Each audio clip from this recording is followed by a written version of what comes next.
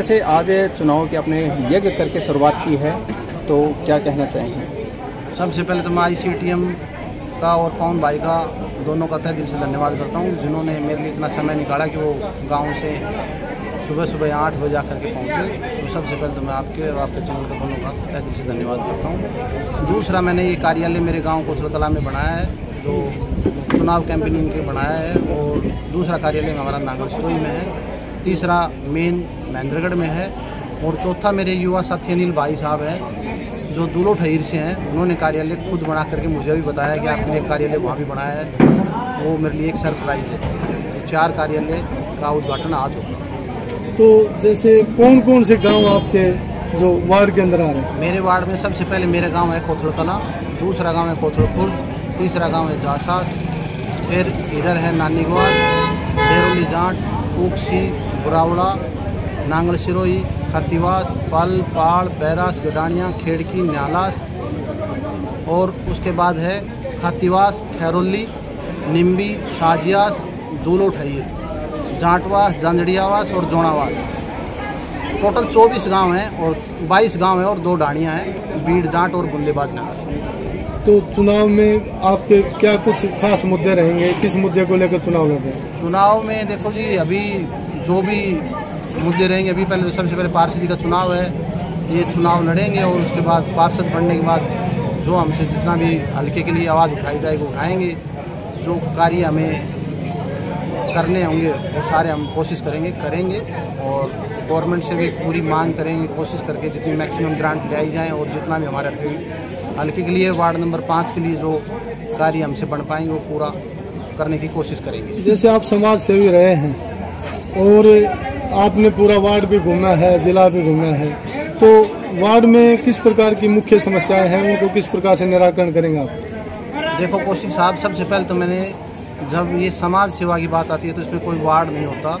समाज सेवा तो इंसान कहीं भी कर सकता है, वो वार्ड हो चाहे डिस्ट्रिक्ट हो, कहीं भी जाके जो भी होता है सामाजिक कार्य में वहाँ तो हम भाग लेते हैं। और अभी जो समस्याएं हैं, मेन समस्याएं हमारे गांव में सबसे मैंने देखी है कि रोडें बनी हुई हैं, लेकिन किसी के घर के बाहर व्हीकल खड़ा है, किसी के घर के बाहर पानी खड़ा है।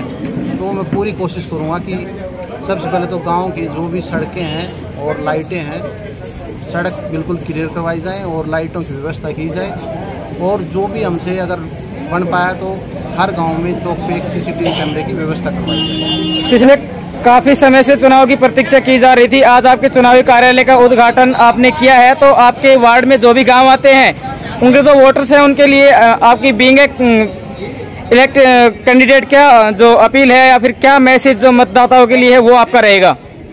देखो, सबसे पहले तो मैं जितने भी मेरे मतदाताएं हैं, जो मेरे कार्यकर्ता हैं, जितने भी जो भी गांव से आए हैं और शहर से रमेश सैनी चेयरमैन साहब आए हैं, इनका मैं तहे दिल से धन्यवाद करूंगा कि ये अपना कीमती समय निकाल करके मेरे पास आए हैं।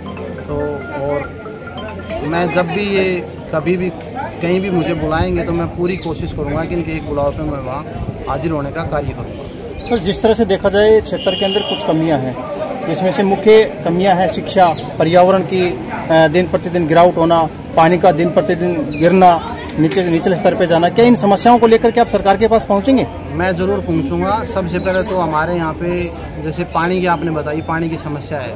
पानी की समस्या कुछ व्यक्तिगत हमारी वजह से भी है कि हम पानी को स्टोरेज नहीं करते, और जैसे पानी की 1 बाल्टी की जरूरत है तो वहाँ 4 यूज़ करते हैं, और पानी वेस्टेज हो रहा है और दिन प्रतिदिन जल स्तर घटता जा रहा है। ठीक है, तो मैं ज़रूर कोशिश करूँगा कि वाटर होस्टिंग का कार्य करवाने का मैं सरकार से मिलकर उस कार्य को करवाने की कोशिश करूँगा। सर, जिस तरह से देखा जाए कि वार्ड नंबर 5 से बहुत सारे और भी प्रत्याशी हैं जो फाइट कर रहे हैं, लेकिन जनता को सही चुनना है, क्योंकि जनता काफ़ी परेशान हो चुकी है पिछले चुनावों को देखते हुए, पिछले प्रत्याशियों को देखते हुए, उम्मीदवारों को देखते हुए।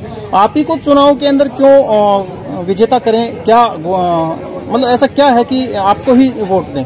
देखो, मैं तो ये तो जनता को कहूँगा कि जो भी राइट कैंडिडेट है उसी को चुने, और जो अपने हल्के की समस्याओं को समझता है और कार्य कर सकता है उसको चुने, क्योंकि ये जितने भी कैंडिडेट अब खड़े हो रहे हैं ये पिछले 2.5 साल से जब कोविड का टाइम चला मार्च 2020 से, तो एक भी बंदा व्यक्ति यहाँ कोई नहीं दिखाई दे रहा था। सब आप अपने कार्य में लग रहे थे, अपने घर में छुपे बैठे थे।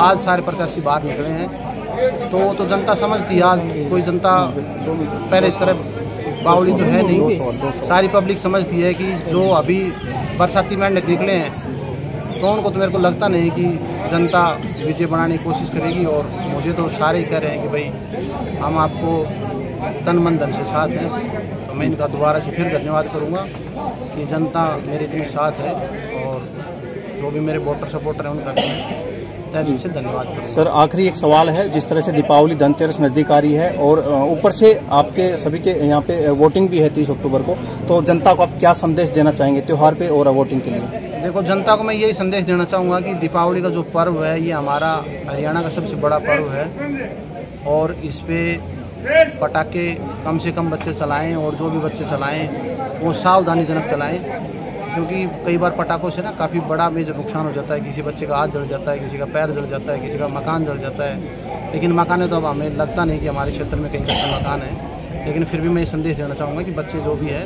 वो सावधानीपूर्वक दीपावली मनाएँ। और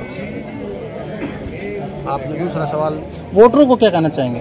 वोटरों को भी यही कहना चाहूँगा कि दीपावली को धूमधाम से मनाएं और हमारे साथ जो सहयोग दे पाएँ वो देते रहें, यही कहना चाहूँगा। जी धन्यवाद सर, बहुत बहुत धन्यवाद सर। आपका नगर पालिका के नवनिर्वाचित चेयरमैन रमेश सैनी जी भी यहाँ पर मौजूद, उनसे भी बातचीत कर लेते हैं।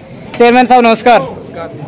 जिस तरह से आज आप इस चुनावी कार्यालय के उद्घाटन के अवसर पर पहुंचे हैं, समर्थन भी देने की बात कही जाए तो आप पहुंचे हैं, तो महेंद्र के जो वार्ड नंबर 5 की जो क्षेत्रवासी या जनता है उनके लिए क्या मैसेज रहेगा कि यशवंत राव जी को किस तरह से सपोर्ट करें, या फिर चुनाव है उनमें किस तरह अपनी भूमिका निभाएं? देखिए, मैं आपको बताना चाहूँगा, पारुल यशवंत राव ये अपने क्षेत्र के किसी पहचान की मोहताज नहीं है। इन्होंने ये पहचान अपने क्षेत्र के लिए, अपने पूरे ज़िले के लिए समाज सेवा के माध्यम से हासिल की है।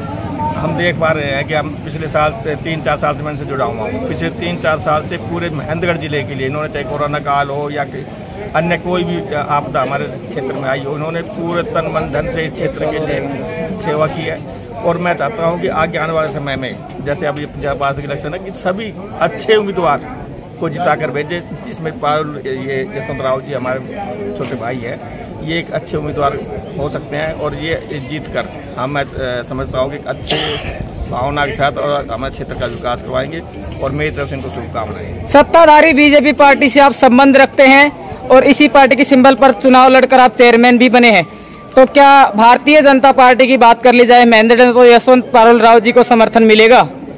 इस विषय में तो मैं ये कहना चाहूँगा कि मैं पार्टीबाजी से ऊपर उठकर इनका व्यक्तिगत जो इन्होंने काम किया है, जो एक अच्छे इंसान के लिए इनके जो इन्होंने पिछले जो काम किया समाज सेवा के, उनके लिए मैं इनको समर्थन देने आया हूँ। इसमें पार्टीबाजी कोई बात नहीं है।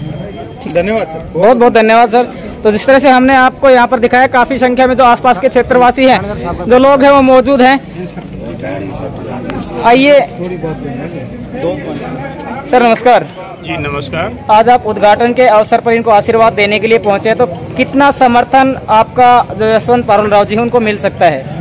मैं गांव जाटवा से बिलोंग करता हूं। मेरा पूरा गांव यशवंत राव के साथ है, और पारुल यादव और यशवंत जो समाज सेवक हैं, मैंने आज तक नहीं देखा है। मैंने 40 साल पुलिस डिपार्टमेंट में नौकरी की है, लेकिन जिस तरीके से ये जन सेवक हैं, जैसे कोरोना टाइम में किसी अनाथालय में, गौशाला में, जिस तरीके से ये हर गरीब आदमी की सेवा करते हैं, उस तरीके से इनके मुकाबले कोई आदमी सेवा नहीं करता। और मैं ये चाहता हूँ कि इनको पूरा समर्थन देके जिताया जाए, ताकि के नाम अपना ये आगे अच्छा काम।